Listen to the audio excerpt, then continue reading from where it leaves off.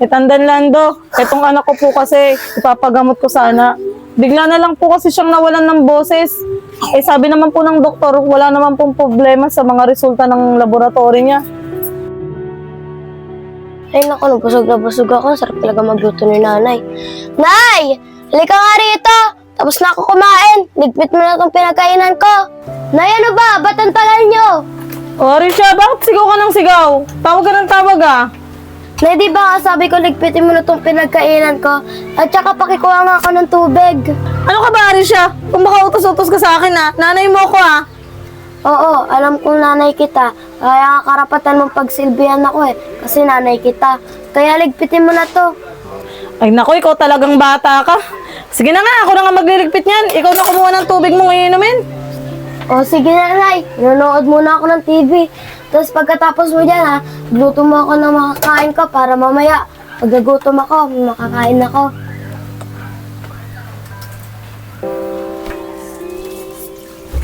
Ay, naku talaga tong si Arisha. Unting-unti na lang, naiinis na ako sa'yo. Kailan ka bang magbabago kang bata ka?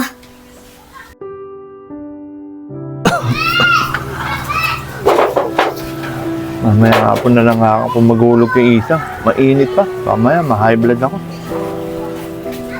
Si Arisha ba yun? Oo nga, si Arisha nga. Arisha! Arisha! Halika nga, sandali! Ano ba yung Kuya Barok? Ba't mo ko tinatawag? Arisha, makikisuyo sana ako sa iyo Pakisabi mo sa nanay mo, mamayang hapon na ako mag-uulog doon sa inutang ko sa kanya. Ano? Ako yung inuutusan mo? Kalaki-laki mong tao. Hindi mo kayang pumunta doon. At saka, ikaw na may nangutang Hindi ako. Kaya ikaw pumunta doon. O ano? Sabihin ka pa ba, Kuya Barok? Kung wala na, alis na ako. Arisha, wala na. Sige na, huwag ka na magalit. O sige na, alis na ako. Grabe naman yung batang. Parang hindi ata natuturuan ni Isang na magandang asal yung batang yun Ay, naku, makapasok na. Arisha! 2 points na!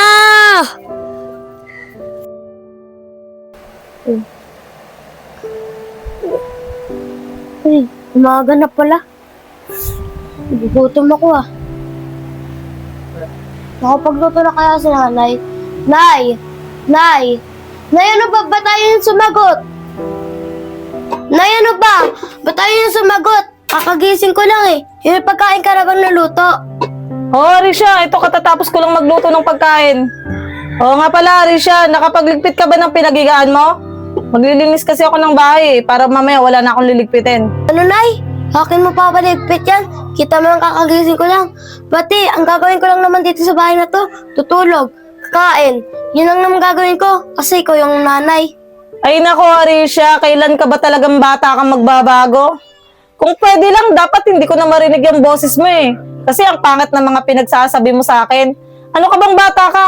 Nanay mo ko, dapat hindi mo ako pinagsasabihan ng ganyan. Ano, Nay? Ano pinagsasabi mo?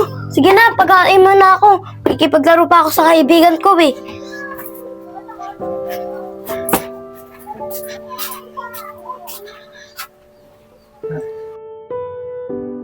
Ano ba yan? Number 3 na ako Oh, sakto.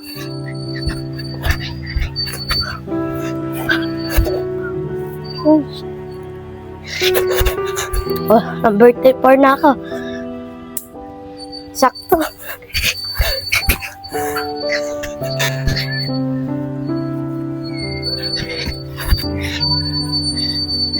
Ay, taya ako. Hit lang. Napasobra ka. Ikaw na, Kylie galingan mo.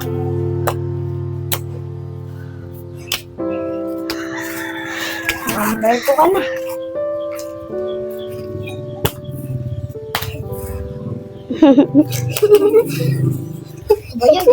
Taya! Paano ba yan? Taya na kayo. Ako naman yung titira. Ang dadali nyo naman mataya. Sige na, tumira ka na.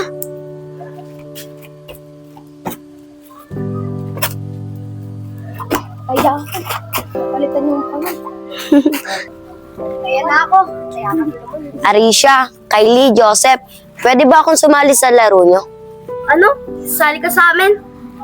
Basurero nga tatay mo. Pero pwede ka naman sumali kapag hindi na basurero tatay mo. Tsaka Risha, pwede na siya sumali sa atin pag hindi na galing sa basura yung mga kinakain nila. Tama! Perfect! Grabe naman kayo. Okay lang naman kung di nyo ako papasalihin dyan sa laro nyo. Wala akong magagawa eh. Ganon talaga yung trabaho ng tatay ko. Sige na, Risha, dito na ako. Tutulungan ko na lang tatay ko mga lakal.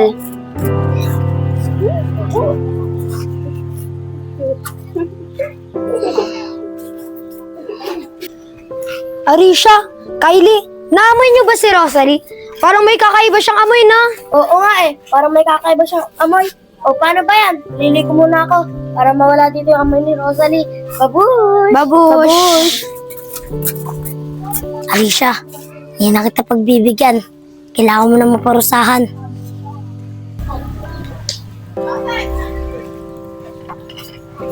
Nay, nandito na ako. Nay, may pagkain pa ba tayo dyan? Nagugutom na kasi ako eh. Ito, marami ng pagkain dito, Arisha. Kumain ka na. Eh, Nay, ano pang ginagawa niyo dyan? Tumayo ka na dyan. Pagsandok niyo na ako. Nagugutom na ako. Ay naku, Arisha, yang ka na naman. Ito na nga, sige na. Sige na nga, Arisha. Isasandok na nga kita ng kanin. O, tama na siguro to, no? Tignan mo. Oh, Arisha! Ba't parang wala ka yatang boses? Ah! Anong nangyari sa'yo, bata ka? Ba't wala yung boses mo? Naku, Arisha, ano nangyari sa yung bata ka? Bakit nawala yung boses mo? Sige, bilisan mo, magpalit ka ng damit at papadoktor kita.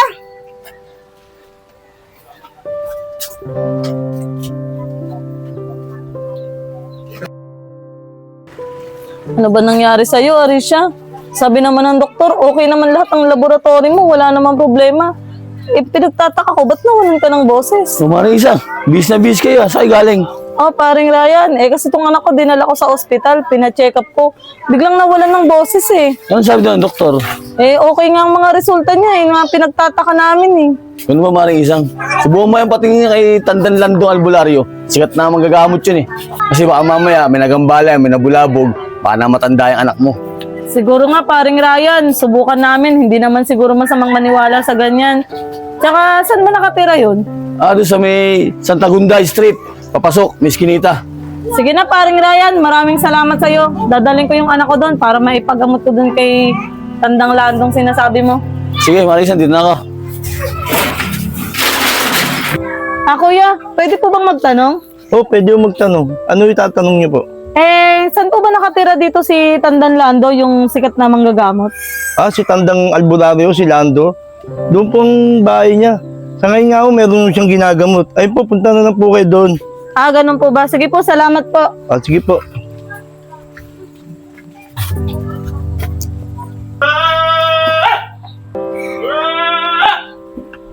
Ayun, sakto. Anak, meron siyang ginagamot. Dino, ang anak mo ay hindi ko lunasan ang karamdaman. Siya hindi nakape at lalong hindi matanda. Ang anak mo ay may malalang karamdaman. Hindi ko kayang gamutin ang anak mo. Ang anak mo ay may bully. Kaya ang anak mo, bili mo na siya ng pamahit. Siguradong gagaling siya. Hindi ko siya kayang gamutin, iyo. Kaya, gigising mo siya. Hoy! Gumising ka! Ay, magaling na po ba ako, Tay? Oo anak, magaling ka na. Wala ka naman pala sakit eh. Buni lang pala yung sakit mo. Sige na, tumayo ka na dyan. Sige na po. Marami pang pasyente akong gagamutin. Op! Teka, Ginoo. Bago kayo umalis, mag-donation muna kayo para pang-iskato kong mamaya. Sige po. Sige. Tara na, champion. Next!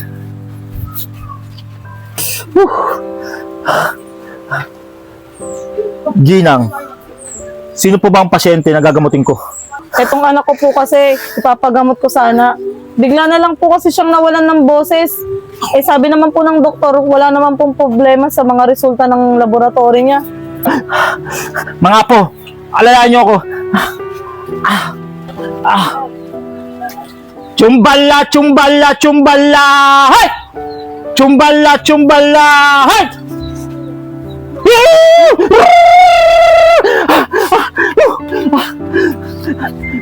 Ginang! Ang anak nyo ay may diwatang sumabi at nagpamot sa kanya. Napakalakas ang kanyang kapangyarihan. Pero huwag kayo mag-alala, Ginang. Ako si Tandang Landong Putik. Gagawin ko ang dapat kong gawin para magaling ang anak nyo. Salamat po, Tandang Lando. Ginang, umatas po kayo.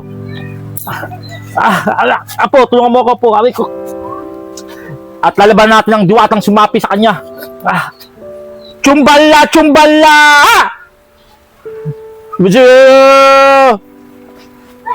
Ngayon, diwata!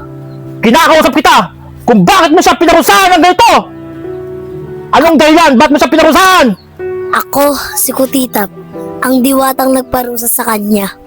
At kung bakit ko siya pinarusahan, dahil iniling ng kanyang ina na mawalan siya ng boses. Kaya dapat sa kanya yan, dahil nawawalan na siya ng galang at respeto sa kanyang magulang at sa mga iba pang tao. Ganun ba, diwata? Patawarin mo ang batang ito. Kasi hindi niya naman kanyang ginagawa at ang kanyang ina ay hindi niya naman magkakatotoo ang kanyang hiling. Ngayon, diwata, magpakita ka! Magpakita ka! Sige Albularyo, susundin ko ang iyong hinihiling. Basta't sa isang kondisyon, sa oras na gawin niya ulit ang kanyang kasalanan, habang buhay na siyang hindi makakapagsalita. Kaya't kausapin niyo siya kung anong mga nagawa niyang mali at pagsisihan ng mga ginagawa niyang kasalanan. Kaya babalik ko na ang kanyang boses. Hanggang sa muling pagkikita. Babush! Salamat, diwata. Ginang, narinig mo ang sabi ng diwata. Ngayon ay gigising ko na ang iyong anak. Chumbala! Chumbala! Hey! Gumising ka! Tumayo ka! Iya! Lumakad ka! Lumakad ka! Tandang Lando, hindi naman po ako pilay. Kakalakad po ako. Hindi lang po ako makapagsalita. O ayan, Ginang! Kita mo! Napagsalita ng iyong anak! Napagay ko siya! Bumalik na ang boses niya. Kaya ikaw, bata, ang sabi ng diwata, ang iyong ugali ay napakasama. Kaya ikaw, bata, baguhin mo na ang iyong ugali. Kung hindi, habang buhay ka ng hindi makapasita dahil babay kang diwata! At yan ay narinig ng nanay mo. Naintindihan mo ba siya sabi ko, bata? Opo. Totoo lahat yun, Arisha. Narinig ko talaga lahat ng sinabi ng diwata. Nay, sorry po. Hindi na po ako magiging tamad. At hindi na rin po ako magiging panasagot sa inyo. Hindi na rin po ako ang bubuli ng mga bata. Sana to pa rin mo yung sinabi mo, anak. Kasi ayokong balikan ka ng diwata at mawalan ka uli ng boses. Salamat po, Nay.